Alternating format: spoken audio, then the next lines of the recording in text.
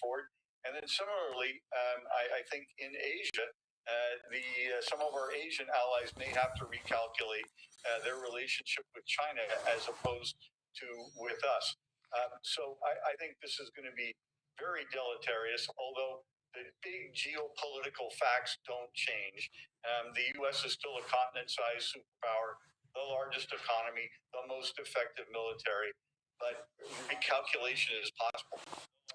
Where does this leave Iran's new leaders, David? Does this leave them in a stronger position than they were before the speech? Basically, Donald Trump saying we're going to try and hit you as hard as we can over the next few weeks, which he's been doing for the last month anyway. And if we can't get a deal, then we're going to walk away. Well, my own theory is that when you have an authoritarian state that pressure it, the hardliners get a bigger piece of a shrinking pie.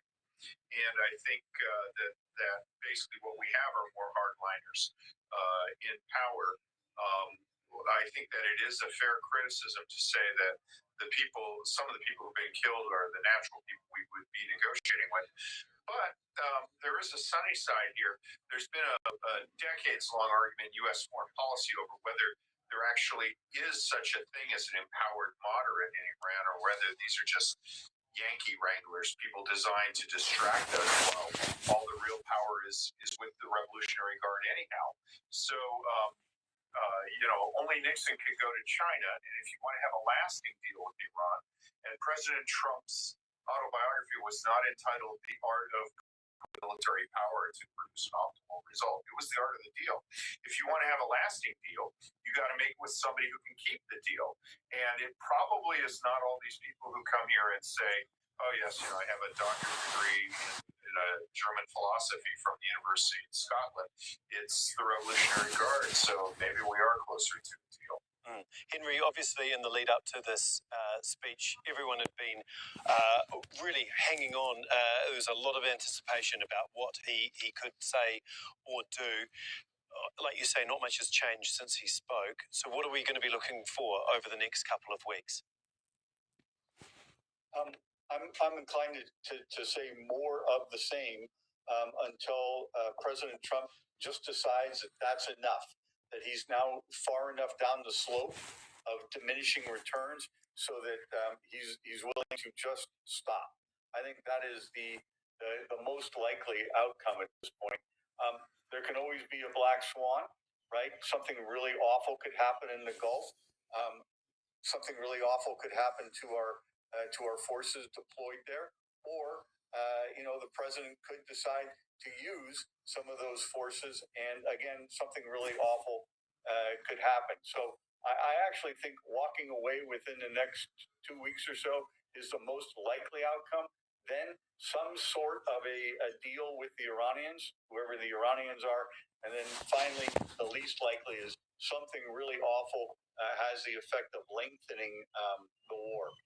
Okay, David, if I can just bring you in for one final question. Obviously, all of the Gulf states have been directly impacted since the beginning of this war, with Iranian missiles and drones being targeted right across the Gulf states. How do you think that they will be viewing Donald Trump's comments, and where does it leave them if the US does walk away in a few weeks? Well, if the U.S. walks away and leaves an angry Iran in place that still has the ability to affect them, that's kind of the worst case scenario. That's poking the bear and then saying, oh, well, you got a problem with your bear, I'm out of here. In my times talking with Gulf leaders since the start of the war, I observed a discrete shift in opinion. Originally it was, you guys have started this war and it's bleeding over into us. But as the Iranian attacks on Gulf civilian infrastructure continued and expanded, I think that people were like, oh my gosh, you're right. Iran really is a regional threat that can't be placated. And I think that they expect the United States and Israel to really eliminate Iran as a threat. And since they said they were going to do that, if they don't do that, there's a real problem there. It leaves them with an angry, big country close by that still has the ability to reach out and touch them. Thank you so much, David, as well as Henry. We really do appreciate your time and your insight here as you've talked through all of the ramifications of Donald Trump's address to the nation. Well, just after Donald Trump's address to the nation, stocks fell and the price of oil went up. The US president did not provide clarity on when the war in Iran would end, which some market analysts said made investors more defensive. Let's go straight to Patrick Fock. He joins us from Singapore now. And Patrick, you're watching the market reaction there for us. Can you just give us a bit of an update on how things are looking right now?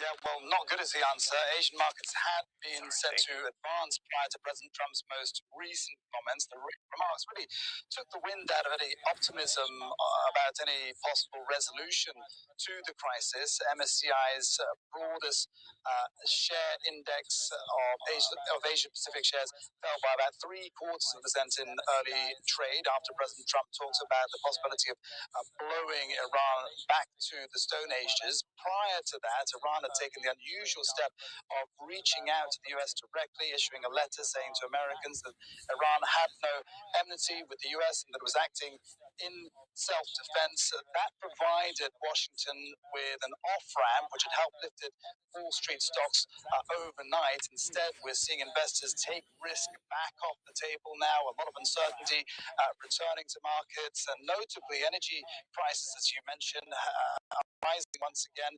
Brent crude currently trading at around $140